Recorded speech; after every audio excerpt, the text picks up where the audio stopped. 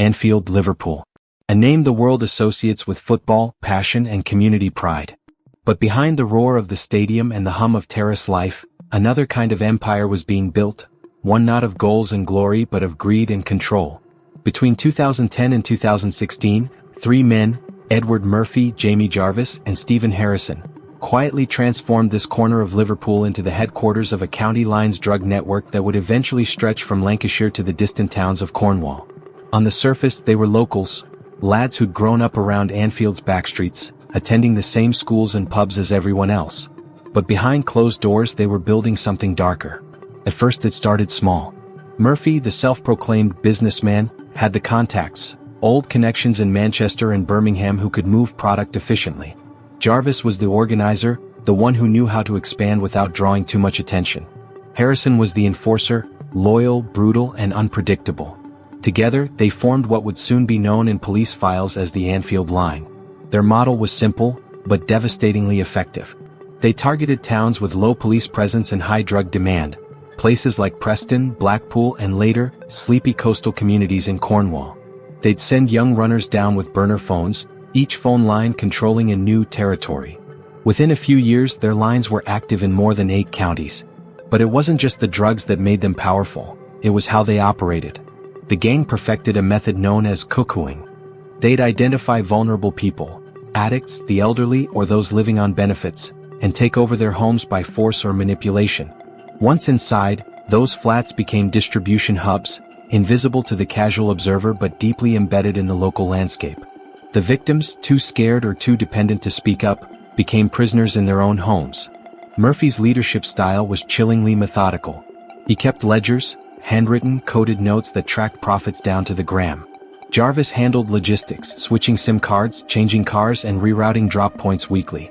Harrison meanwhile enforced discipline.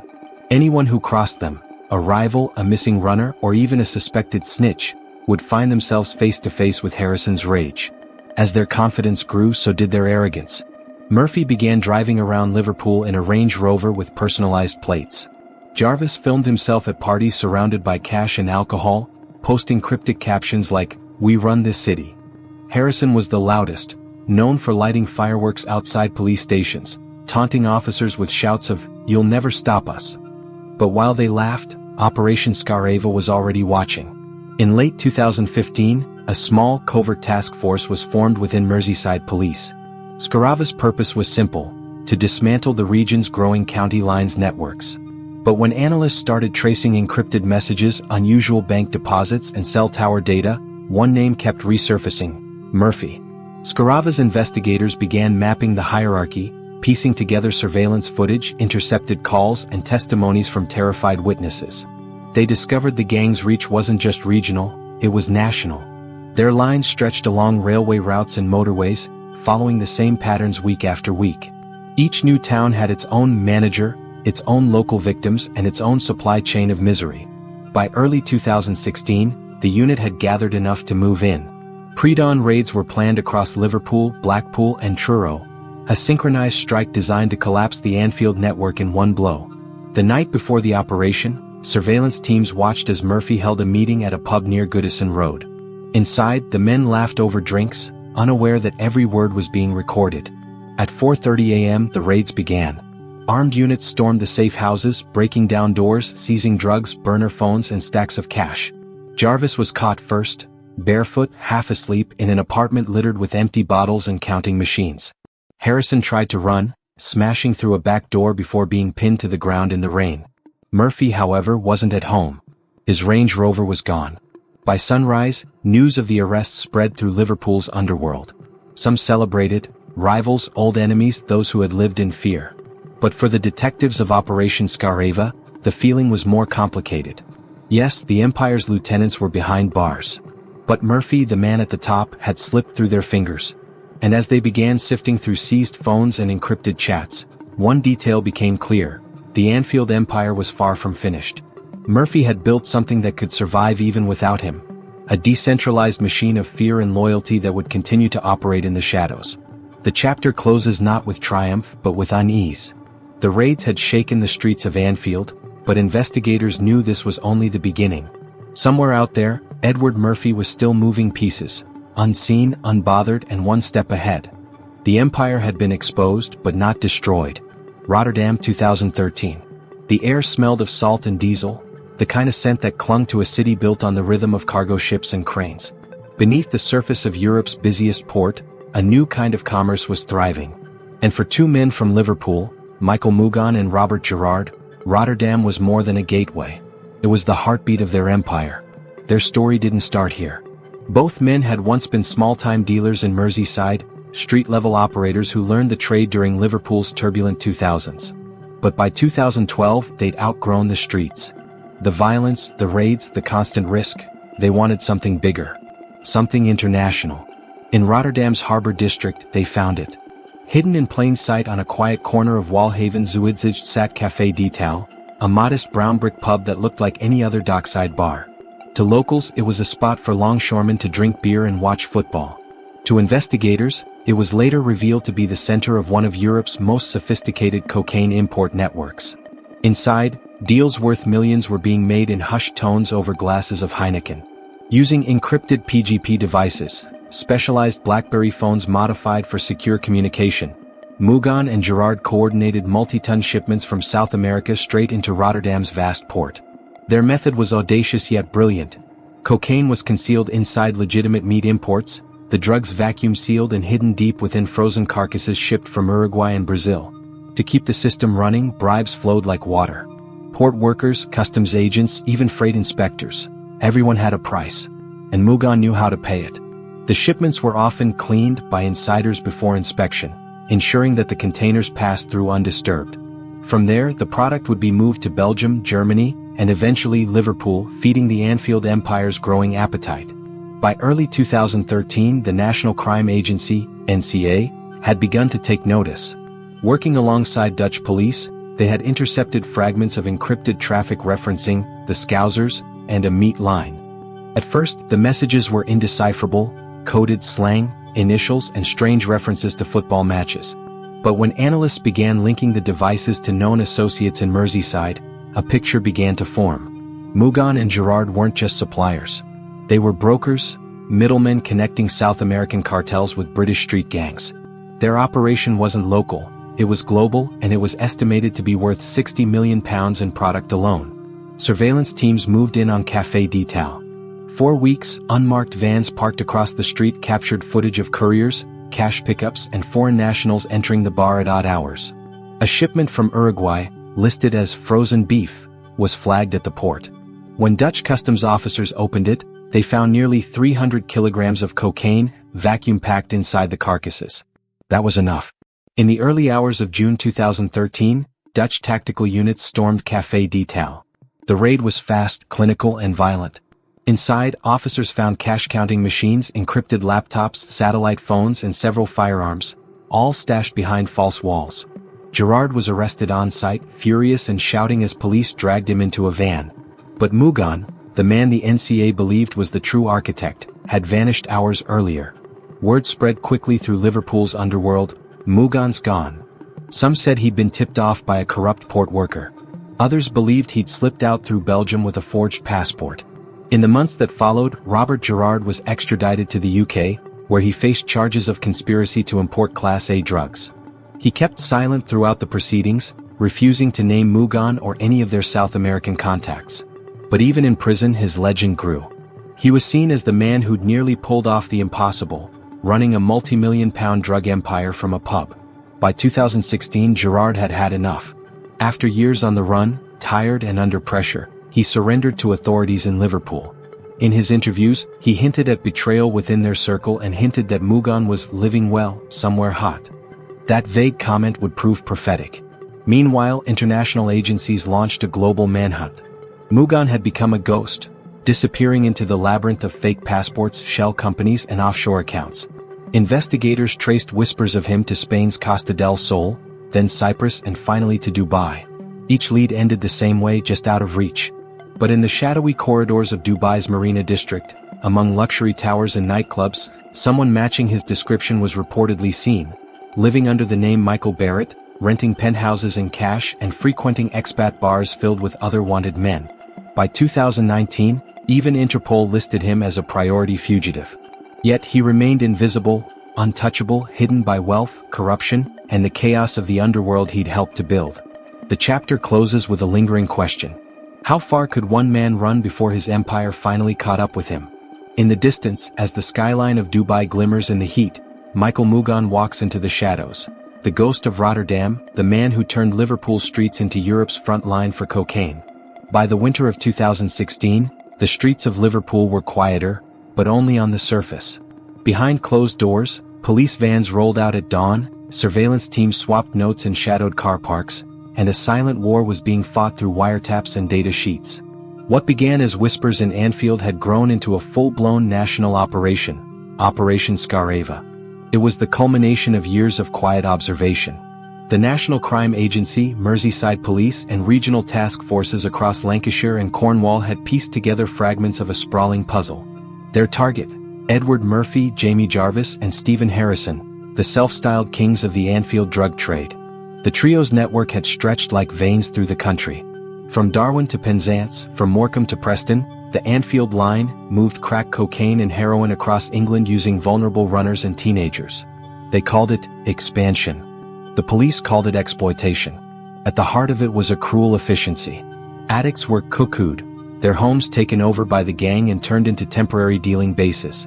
Children, some as young as 15, were sent on trains carrying hundreds of wraps hidden in sports socks or takeaway boxes. Each of them was replaceable, dispensable, and scared. But as Operation Scarava grew, the gang's arrogance became their undoing. Wiretaps captured their casual confidence. "They can't touch us," Jarvis bragged during one recorded call. "We're the post office, we deliver everywhere." He wasn't wrong about their reach. He just didn't realize the walls were closing in. Investigators mapped their movements for months. Surveillance footage showed Murphy making regular cash drops at self-storage units. Jarvis and Harrison were filmed meeting in industrial estates, and a man named Francis Fun, a quiet but crucial link, was identified as their direct supplier. Fun was known for his connections to import routes from Rotterdam, the same network once managed by fugitive trafficker Michael Mugan. In February 2017, detectives made their move. Raids took place across Merseyside, Lancashire, and Cornwall. Over a dozen properties hit within hours. Inside the homes, police found £250,000 in cash, several kilos of cutting agents, mobile phones coated with customer lists, and tick sheets, ledgers that tracked who owed what. Each page was a window into the underworld's economics. £20 here, £200 there, debts collected through fear and knives. But the real story wasn't just about numbers or drugs. It was about lives shattered. In Darwin, a teenager known only as Jay had been one of their runners. He'd been recruited at 16, offered quick money and new trainers. But when the gang suspected he'd lost a package, or worse been talking to police, they made an example of him. He was beaten, stabbed, and left for dead behind a car wash on Red Earth Road. He survived, barely, but refused to testify. His fear spoke louder than any witness statement ever could. For detectives, that moment crystallized the case's purpose. Operation Scarava wasn't just about stopping drugs, it was about reclaiming control from predators who thrived on the broken. When the arrests were over, the headlines wrote themselves, "Anfield Empire Falls."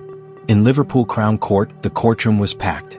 19 defendants stood in the dock, young, brash, some smirking, others pale with fear. The evidence against them was overwhelming. Bank transfers, wire recordings, surveillance logs, drug residues, and coded texts linking every corner of their operation. The prosecution painted a picture of a network ruled by greed and intimidation. They described the leaders, Murphy, Jarvis, Harrison, and Finn, as executive-level traffickers, men who treated the lives of others as expendable assets. Their defense lawyers spoke of poverty, addiction, and lack of opportunity, but the jury saw through it. When the verdict came, the room was silent. All 19 were convicted. Edward Murphy, Jaime Jarvis, Stephen Harrison, and Francis Finn each received 11 years and 4 months in prison. The others, runners, drivers, and enforcers, shared a collective total of over 135 years behind bars. For the detectives of Operation Scarava, it was a moment of vindication. Years of work, hours of surveillance, and the weight of an entire community's pain finally translated into justice. Yet beneath the celebration, unease lingered. During sentencing, the lead investigator admitted something quietly to the press. The drugs will stop for a while, but the source hasn't dried up. The Rotterdam route still flows. Those words carried a chilling truth. While the Anfield gang lay in cells, the pipeline that fed them, the one forged by men like Michael Mugan, remained alive. Anonymous shipments, encrypted devices, and offshore suppliers ensured that the trade continued. As the gavel fell and the defendants were led away, the Anfield empire crumbled. The luxury cars were seized, the houses boarded up, the accounts frozen. But in the back of every officer's mind was one name they couldn't erase: Mugan. He was still out there, living under a false name, perhaps watching the news from a Dubai penthouse, smiling at the sight of his former partners falling like dominoes.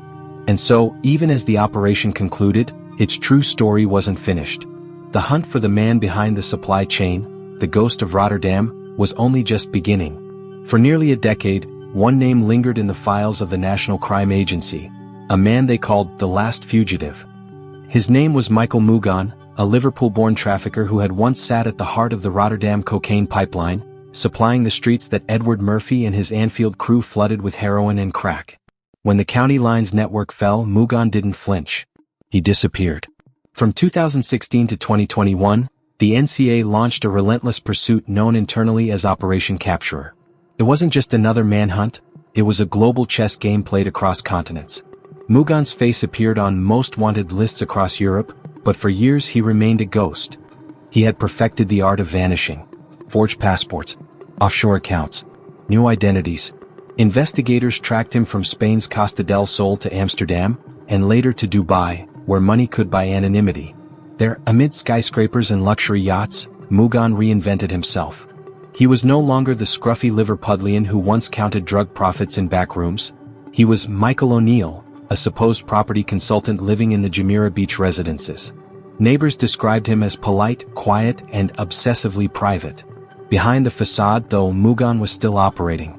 Intelligence reports linked him to PGP encrypted communications with former associates in the UK. Payments flowed through crypto wallets and shell companies, echoing the same supply routes that once carried cocaine from South America through Rotterdam's docks. But the NCA was patient. They never closed the file. By 2020, cooperation between UK and UAE authorities intensified. Using new digital tracking methods and Europol intelligence, investigators finally pinpointed his location. It was a villa near Dubai Marina, guarded, secluded, but not invisible. In April 2021, after nearly 5 years on the run, the walls closed in. At dawn, Dubai police and NCA liaison officers surrounded the compound. The arrest was clean, surgical. No chase, no violence. Mugan, now aged 46, was handcuffed without resistance. Inside the villa, officers found £100,000 in cash, multiple fake passports, encrypted phones, and a laptop filled with coded transaction records. When news of his capture broke, the NCA called it a message to fugitives everywhere. One official said, "He ran for years but he never stopped looking over his shoulder." They all do. The extradition process began swiftly. Within months, Mugan was flown back to the UK under tight security and escorted to Liverpool Crown Court, the same courthouse where the Anfield gang had been sentenced years earlier.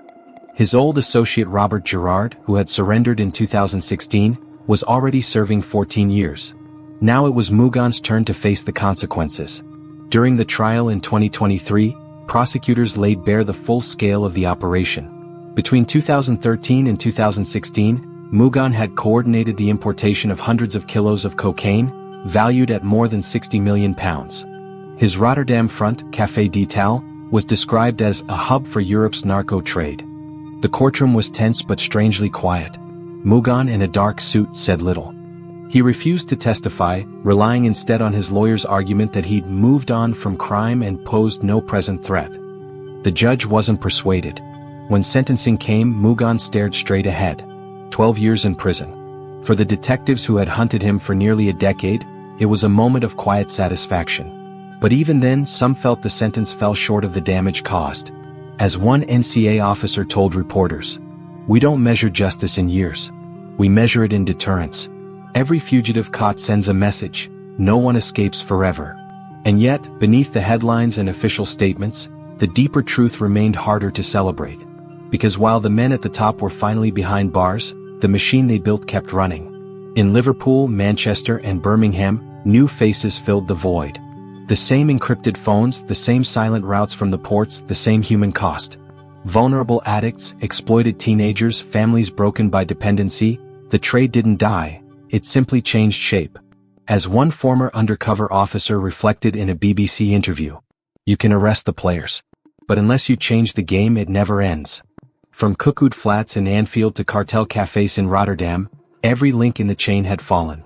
The names, Murphy, Jarvis, Harrison, Finn, Gerard, and finally Mugan, were etched into the record books of Britain's war on organized crime. But victory in this war always came at a price. The story closes not with celebration, but with a haunting reminder: behind every arrest, there are unseen victims. Behind every conviction, another shipment already on the way. And so, when the final image fades, the court doors closing, Mugan led away in handcuffs, the question remains: was justice truly served?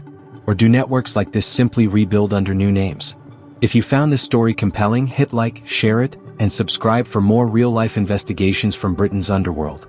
Stay tuned for next week's episode, a chilling exposé on how UK prison staff became the new gatekeepers of cartel communication.